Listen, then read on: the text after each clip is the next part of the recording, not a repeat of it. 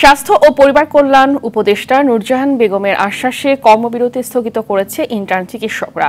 হামলাকারীদের দ্রুত গ্রেফতারের দাবি জানিয়েছে তারা। এদিকে চিকিৎসকদের নিরাপত্তায় ঢাকা মেডিকেলে 2 প্লাটুন বিজিবি মোতায়েন করা হয়েছে। সুমন তানভীর ও সাকিবুর রহমানকে সাথে নিয়ে আরো জানাচ্ছেন এআর বাদল।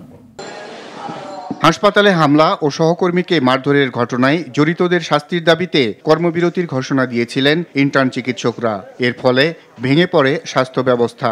রোববার বিকেলে বৈষম্য বিরোধী ছাত্র আন্দোলনের নেতারা চিকিৎসকদের সঙ্গে বৈঠকে বসেন।